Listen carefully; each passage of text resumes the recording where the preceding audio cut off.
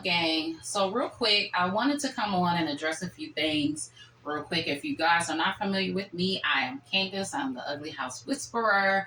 And on my new YouTube channel, I am starting to begin to tell you guys about the process of wholesaling or real estate investing as a whole. I have several avenues of real estate investing I want to cover, but I want to start with wholesaling because this is a place where you can start with no money. So this is why I decided to do this video, you guys. I was like, I'm having a bad hair day. It's all rainy. I got 100 things to do. My cat is in heat and I got too much going on. So I don't want to do a video, but I decided to go ahead, stop what I'm doing and record a video for this anyway, because wholesaling is where most people start with no money.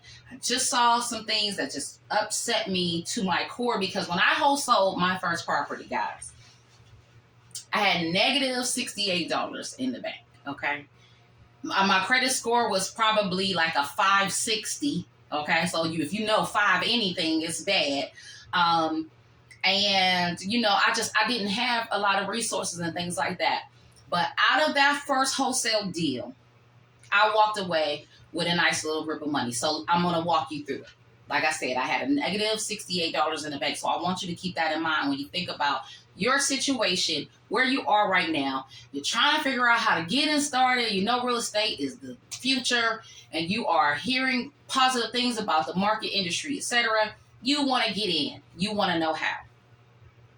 $68 negative in the bank. I was networking because that's what I do. And I was having a conversation with someone. They had embarked on their first fix and flip opportunity. Okay. And with this young man, I've been knowing this young man a long time. So my first wholesale deal or contract, if you will, did come from somebody that I knew, which does help tremendously. He was in this deal. He was trying to flip these properties. He actually had 2 properties. So I was all excited because I'm like, oh my gosh, like I can help him sell these properties. I know investors.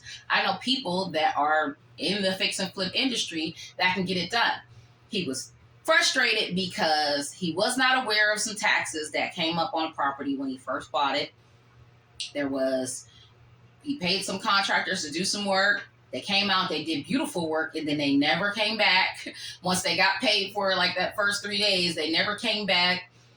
Then at the other property, he had some guys walk off with a bunch of tools and a bunch of products and supplies, etc. So he was just frustrated. You know, he's like, this isn't what I signed up for.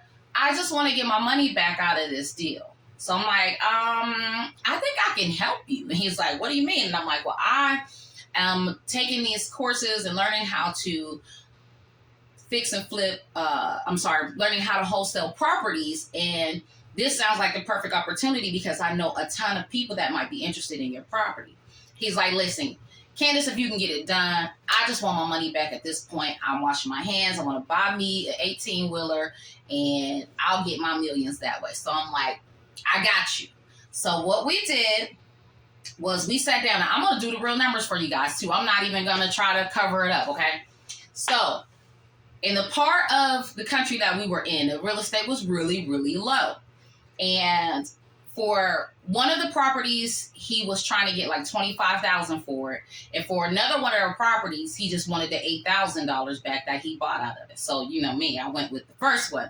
I mean, the second property first. So $8,000 is what he wanted out of the deal. So when I wrote up the contract with him, I wrote his in $8,000. I put down no earnest money. I would not recommend, if you are just getting started, do not attempt to put down an earnest money deposit. You're not ready. And you may lose your money if you don't know what you're doing anyway. Why even invest yourself into that space? Now, I put that I would purchase this house from him for $8,000. So what we did, let me back up. What I did with that seller is I signed what's called a purchase agreement. And in that purchase agreement, I agreed to purchase that property from him within 60 days. I gave myself 60 days so I could find a buyer. And I would give him $8,000. There was no earnest money deposit. I was buying the property as is, whereas it's an $8,000 property. So, yeah, that lets you know what it looked like but we will get into that in a minute as well. So I'm like, okay, I go look at the property first before we sign anything. But I was so excited because there were still supplies there. There was still some tools there. There was just things. The area was okay.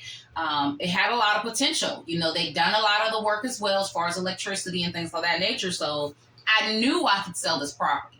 I write it up with the seller for $8,000 that I'm going to buy it for them within the next 60 days, as is. So we sign everything, we get everything completed, and I'm going to actually leave in the description here, I'm going to leave a link of the agreement that you need. I'm going to have a blank purchase agreement in the description of this video.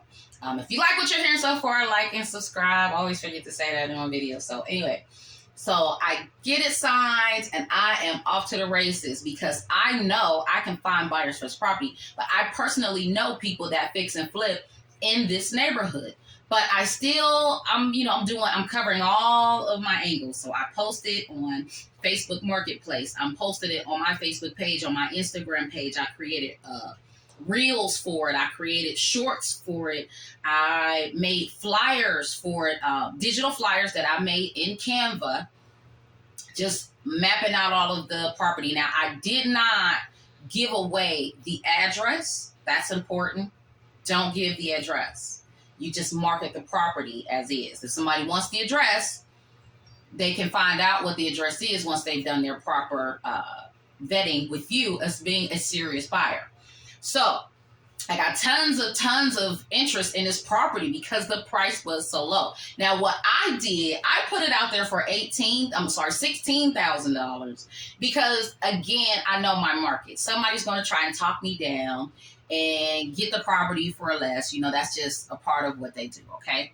So, but a part of me vetting potential buyers, they had to submit to me either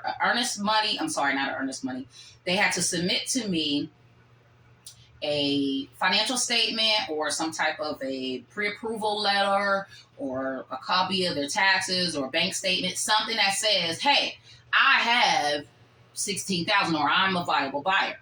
So I had one in particular that reached out to me, was a serious cash buyer, and showed this bank statement and all of the things above.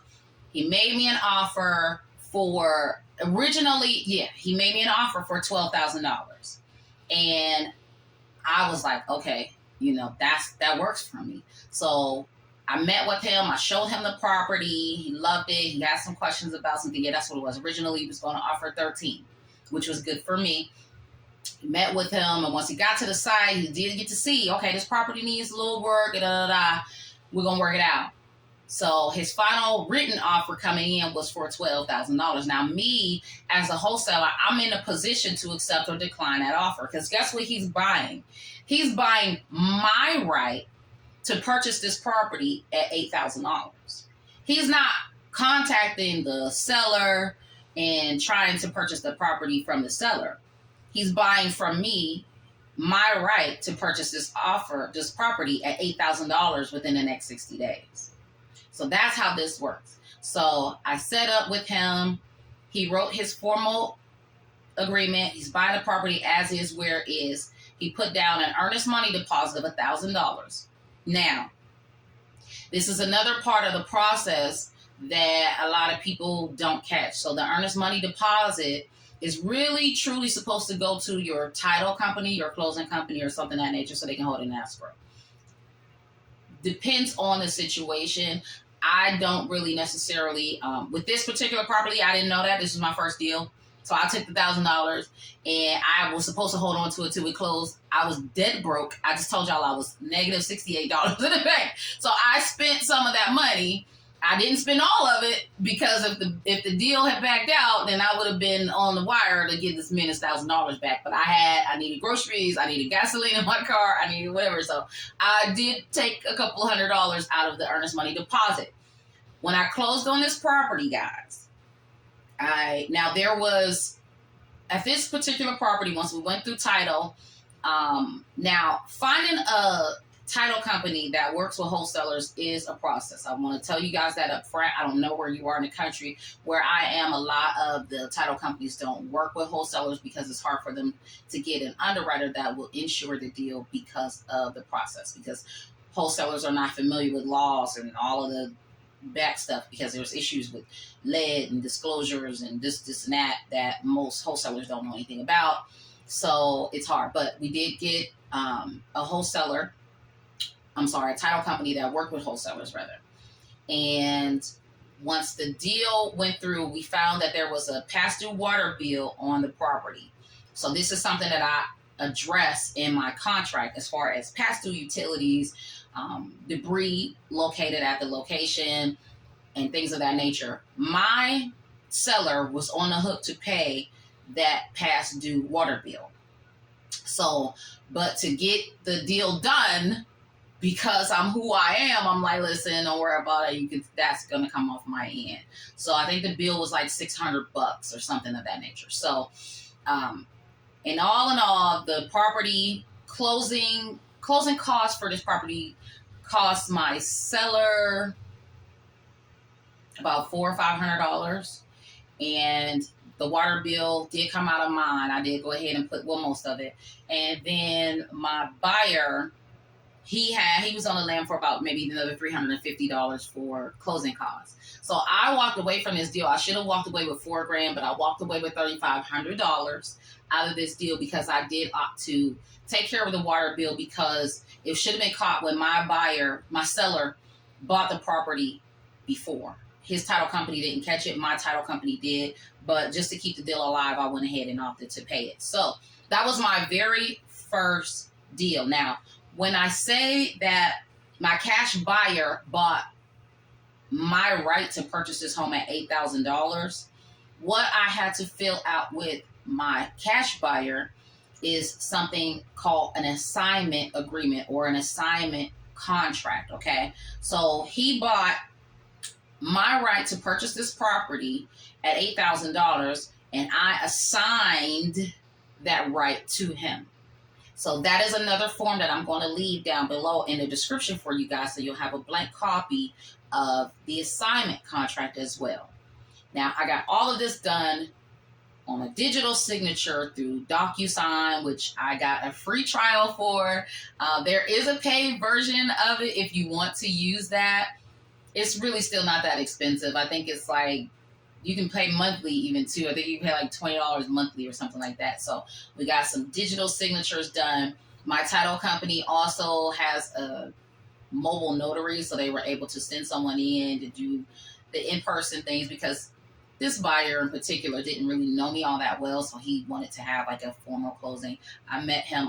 He was one of the buyers that purchased the property off of Marketplace, Facebook Marketplace. So it literally cost me nothing, guys. So do not let people tell you that you need money to wholesale houses. No, you don't.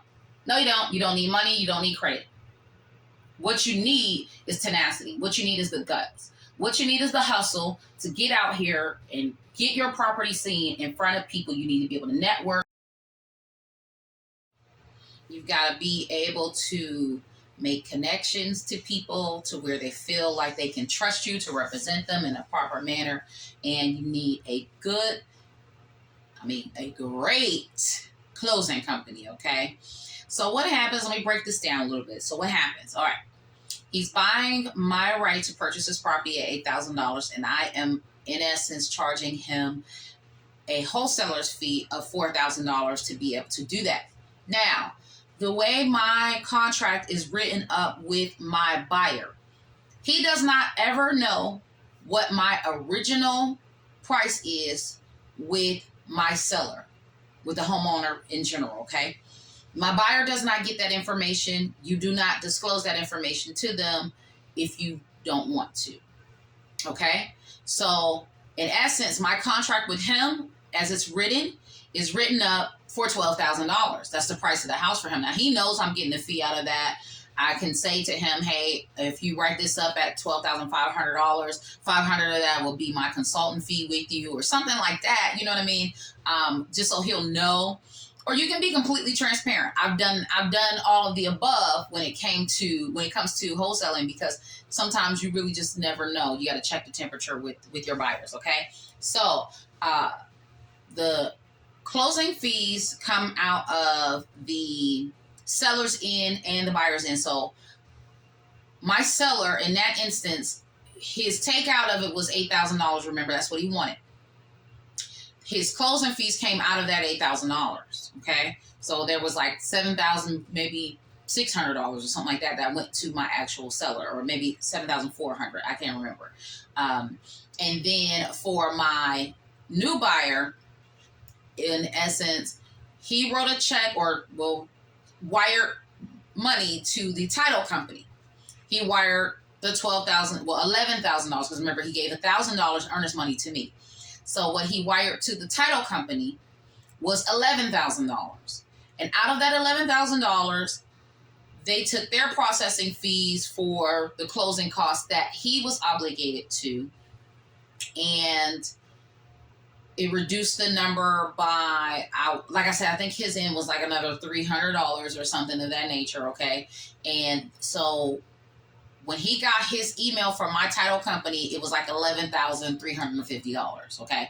So what I was trying to explain in that instance there is that his closing cost does not come out of the original money that's submitted, okay? So my seller does not have to put up any cash up front, nothing. The new buyer puts up the cash up front for the price of the home plus his closing costs, whatever those closing costs will be, okay? That's how I brokered this deal. That's how I negotiated this deal, okay? So my title company then turned around and took all of their fees out for processing, administration fees, whatever the title search was, like all of these different things, okay? And everybody got a check at the end of the day from the title company when it was done, okay? So I got my fee wired to me from the title company, and then my original owner got his $7,400, which was left over. And again, like I said, we addressed the water. I went ahead and I bit the bullet on that regard, because I wanted to save the deal. I didn't want to cost I just feel like him getting $8,000 out of the deal just really was not. He wanted his money back, and then closing costs, like I just felt like pushing him back to getting like $6,800 was really not a fair deal. So that was why I opted to take on and pay the additional fee for the water bill. So, guys, that is how this process works, okay? Now, the time frame for this depends on where you are, and it depends on how busy your title company is, how efficient the search is when it comes back, because sometimes once that title comes back, it's been transferred 17 times. So an underwriter might have to check for 17 different instances in which this house was sold to make sure it was properly sold, because that's the process. They are checking each deed transfer for every time this home was sold. Now, this home in particular had been sold, I want to say 5 times before my buyer bought it. So there were 6 in total that the underwriter had to go through, verify all of the information on, make sure everything is sufficient. So that takes time. And then the part of the country that you're in also matters. If there's a lot of real estate being sold, your underwriters and your title companies are busy. They may not even start your search for like a week after you submitted it to them. So that's a process. Now, I'm going to record another video, actually, that shows the process on how I submit my deals once I've gotten it solidified, how I submit it to my title company, okay? So I'm going to walk you guys through that, because I mentioned DocuSign earlier, and it is an excellent software to use to do this. It's very convenient. Everything's digital, and it helps out a lot. So I'm going to end this video here, because I really don't want it to be too long, but I just kind of wanted to get you guys to get the information that you needed to get you started wholesaling property, wholesaling deal. If you have any questions, feel free to reach out to me. You can find me on Instagram, on Facebook, on YouTube, a couple different avenues. My Facebook and Instagram handle are the same. It is REICO330, or REICO, which stands for Real Estate Investment Cartel Online. So stick with us. And if you are interested in our YouTube channel, obviously we are the Ugly House Whisperer. All right, stay tuned. I have so much more for you guys, and enjoy flipping. If you are interested in connecting with me, feel free to do so. Inbox me. I'll give you all the deets. I got you. I got you. I got you. Peace.